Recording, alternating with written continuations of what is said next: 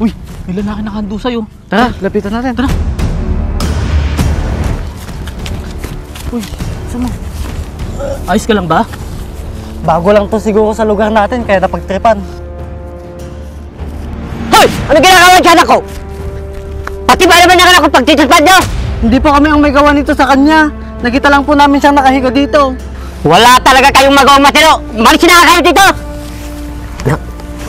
May masakit ba sa'yo? Ha? Saan ang masakit? Tumayo ka na dyan! Ang presko pala dito sa probinsya niyo, tay. Oo, talagang maganda dito sa probinsya, anak. Nakakapagod nga lang ang biyahe, tay. Simula Mindoro hanggang dito. Oo, kaya ayusin mo na yung mga gamit mo para makapagpahinga ka. Opo, tay. Saan po pala ako matutulog mamaya? Tabi na lang kayo ni Rin mamaya sa isang kwarto. Sige, tay. Pasok na po ako sa loob. Sige. O, tay. Ano po? Kanina po kayo dito? Hindi, kararating lang namin. Natagalan lang kami sa bus kasi maraming pasahero. Eh, si Christian po, tay. Nasaan? Andiyan siya sa loob. Teka lang, tatawagin ko. Christian! Christian! Kuya, kumusta? Ayos lang. Sabi pala ni tatay, doon daw ako matutulog mamaya sa kwarto mo. Sige, ayos lang. Malakas nga lang akong humilik. Kanino ka ba naman magmamana? Kayong dalawa talaga, puro kayo kalukuhan. Sige, pasok muna ako sa loob. Magluluto pa ako. Sige, tay. Tulungan ka na kayo, tay. Hindi na. Uy, kamusta pala sa Mindoro? Ayos lang. Ray, di ba wala kang pasok ngayon sa trabaho? Opo, tay. Wala po. Bakit po? Samahan mo muna si Christian mag-enroll sa school. May pasok ako sa trabaho ngayon. Wag na, tay. Ako na lang. Hindi naman ako maliligaw dun. Nako, wag na. Baka mapagtripan ka lang dyan sa labas. Kasi bagong mukha ka lang dito sa probinsya. Sige po, tay. Samahan ko na lang po si Christian mamaya. Sige, mauna na ako sa inyo. Ito nga pala yung pamasahin nyo mamaya. Ang laki naman na ito, tay. May pera pa naman po ako dito. Sige na, pangkain nyo na lang yung sobra. Sige po. Sige, may gagawin pa ako sa loob. Sige, kuya. Nako, Christian. Hindi kita masasamahan ngayon. Kung gusto mo, bukas na lang. Hindi daw kasi makakapasok yung katrabaho ko. Kaya ako na lang yung papasok, kapalit niya. Ako na lang, kuya, yung pupunta ng school. Ituro mo na lang kung saan yung sakayan. Naku, baka magalit sa akin si tatay. Kasi hindi kita sinamahan. Kaya mas mainam kung bukas na lang. Ako na lang, kuya, yung magpapaliwanag mamaya kay tatay. Sige, basta wag kang pupunta kung saan-saan. Kasi bago ka lang dito, dami pa namang tambay dyan. Sige, kuya. Sige, mauna na ako. Sige po, ingat.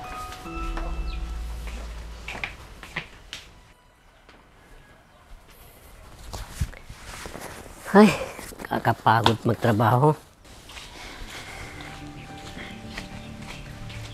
Hoy, taga saan ka? Taga dyan po kila Tatay Romeo po. Sige po, mauna na po ako. Teka lang, ba't ka nagmamadali? Kinakausap pa kita ah. Nagmamadali po kasi ako, kuya. Teka lang, baka may pera ka dyan. Wala po, kuya. Nag-enroll po kasi ako. Aba, di ba ako kilala? George, di ba si JR yun? Oo nga. Tara, puntahan natin. May bago na naman siya mabibiktima eh. Pasensya na po talaga. Wala na po kasi akong pera. Hoy, JR! Nuto mo na naman yung bata. Hayaan mo na yan. Huwag kang makialam dito ah. Eh, loko pala to eh. George, tayo lang. O ito, hayaan mo na itong bata. Mukha lang bago yan dito. Tapos tinatakot mo? Maswerte ka, Totoy. Sa susunod, babalikan kita. Sige na, alis na. Saan pa sinasabi? Ano, ayos ka lang ba? Sa dami kasi naman nung nakasalubong, si JR pa. Kaya nga, wala pa namang pinapalampas yan. Bago ka lang ba dito? Opo, kuya. Kakalipat ko lang po ng isang linggo dyan kila tatay po. Sige. Sa susunod, mag-ingat ka ha. Pasensya ka na dun ha. Makulit kasi talaga yun eh. Sige po, salamat po sa inyo. Sige. Ano, tara.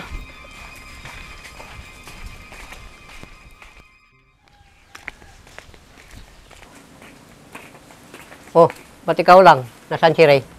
Pumasok po sa trabaho si Kuya Ray. Saka natagalan po ako kasi may humarang po sa akin dyan sa kanto. Nako, baka yung mga tambay na naman dyan sa labas. Wala talagang magawang matino yung mga tao dito. Yung may tattoo po ba yung tinutukoy nyo? Oo, yun nga. Kapag nakita mo sila, umiwas ka na lang. Opo, tay. Buti na lang tinulungan ako ng dalawang lalaki. Nako, pare-pareho lang yung mga yan. Kunwari, tutulungan ka. Pero may ibang plano sa'yo. Hindi naman po siguro, tay. Mukha naman po silang mabait. Basta, makinig ka na lang sa akin. Pag-aaral lang dahilan, kaya ka nandito. Huwag kang babarkada sa mga tropa dyan sa labas. Walang magandang maidudulot sa'yo yun, kung hindi kalukuhan lang. Opo, Tay. Kumusta nga po pala yung trabaho nyo? Ito, pagod. Ganun po ba? Oh, mukhang malalim yung iniisip mo ah. Kamusta pala yung lakad mo kahapon? Hindi ka ba nahihirapan na hanapin yung school mo? Hindi naman, kuya. Kaya lang, may humarang na lalaki sa akin kahapon. Nako, baka si JR yun. Lakas pa naman man trip nun pag may bagong salta dito. Buti na lang may dumaan na dalawang lalaki. Kaya biglang umalis na lang si JR. Oh. Ay, sila ba yung tinutukoy mo? Oo, kuya. Kaso sabi ni tatay, umiwas na lang daw ako sa kanila. Kasi puro gulo at kalokohan lang daw yung alam nila. Yan din yung akala ko sa kanila noon. Pero di mo ba alam na sila yung dahilan kung ba't ako nakapagtapos dati? Talaga, kuya? Paano po? Uy, di ba ikaw yung kahapon na hinihinga ng pera ni JR? Opo, kuya. Buti na nga lang po dumating kayo agad. Hoy Koys, kapatid ko nga pala. Dito na siya mag-aaral ng high school. Kuya, mga kaibigan mo sila? Oo, mababait yung mga yan. Di lang halata. Pero bakit sabi sa akin ni tatay, umiwas ako sa kanila? Wala kasing alam si tatay. Dati kasi ang alam niya sila yung mga bumugbog sa akin. Bago pa lang ako noon dito, galing probinsya. Uy, may lalaki nakahando sa'yo. Tara, lapitan natin. Tara. Uy, sama. Ayos ka lang ba? Bago lang to siguro sa lugar natin, kaya napagtripan. Hoy! Ano ginagawa dyan ako? Pati ba naman nakalak ko pagtitispan nyo? Hindi po kami ang may gawa nito sa kanya. Nakita lang po namin siyang nakahiga dito. Wala talaga kayong magawang matino. Malis na kayo dito! Anak, may masakit ba sa'yo? Ha? Saan ang masakit? Tumayo ka na dyan. Kaya simula noon, ang akala ni tatay masama sila. Pero di niya alam sila yung mga tumutulong sa akin pag may nangbubuli sa akin sa school. Eh, naalala mo rin ba nung hinatid ka namin sa bahay nyo? Nung binubog ka ni JR galing school. No, puka muna dito. Oh.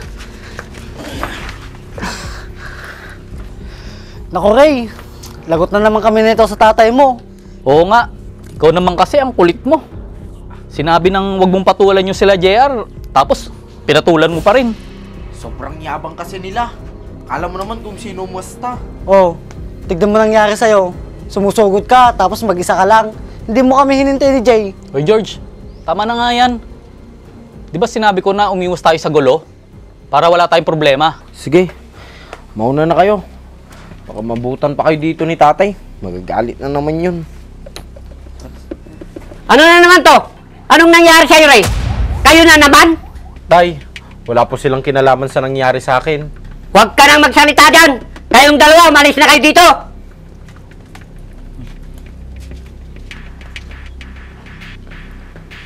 Diba sila yung bumbog sa'yo dati?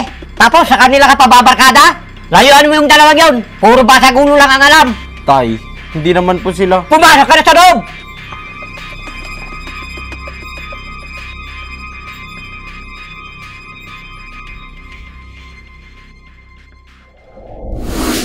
Oo, galit na galit noon si tatay. Kaya pala ganun yung iniisip ni tatay kasi mali pala lahat ng akala niya. Bakit hindi mo sinabi agad, kuya? Nako, babanggatin ko pa nga lang, nagagalit na siya. Kaya hinayaan ko na lang. Oo nga, wala na sa amin yun. Dahil alam naman namin na wala kaming ginagawang masama. Kaya ikaw, huwag ka masyadong maglalabas-labas, lalo na paggabi. Kasi hindi mo rin masabi, maraming mga loko-loko dito sa lugar natin. Opo, kuya. O sige, paano? Una na kami. Sige po Punta pa kami sa talyer eh. Sige Tara, po, George. kuya, ingat. Salamat po. Sige, sige. Tara na sa bahay. Sige, kuya.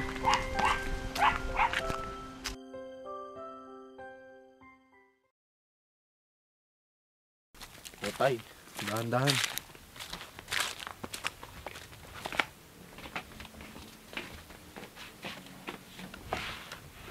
Bakit nga pala nakita ko sila G kanina sa ospital? Dadalawin ka sana tay. Kaso sinabi ko, lalabas ka na din. Ay naku Ray, di ba sinabayan na kita na layuan mo yung mga taong yun?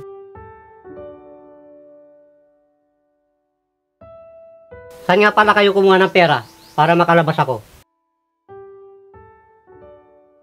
Oh, ba't ayaw niyong magsalita? Tay, Yung sinasabi niyang walang patutunguhan, sila pa po yung tumulong sa atin para makalabas kayo sa ospital. Oo, tay. Tama po yung sinabi ni Christian. Nagambag-ambag pong buong tropa para malabas ka sa ospital. Ha? At saan naman sila kukuha ng ganong kalaking pera? Simula nang makagraduate kami ng high school, tay, nagpatayo ng negosyo si Jay at si George. Sa kanila yung malaking talyar dyan sa bayan. Kaya lagi mo silang nakikita nung nakatambay dyan sa labas. Kaya nag-iikot sila para maiwasan yung mga gulo dito sa atin.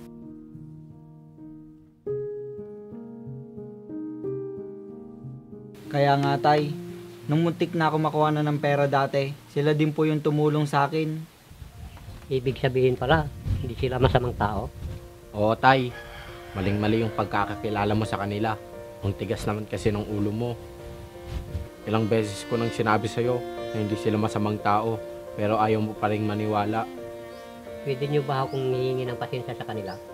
Kung gusto mo tay, papuntahin na lang po natin sila dito bukas para personal po kayo makahingi sa kanila ng pasasalamat.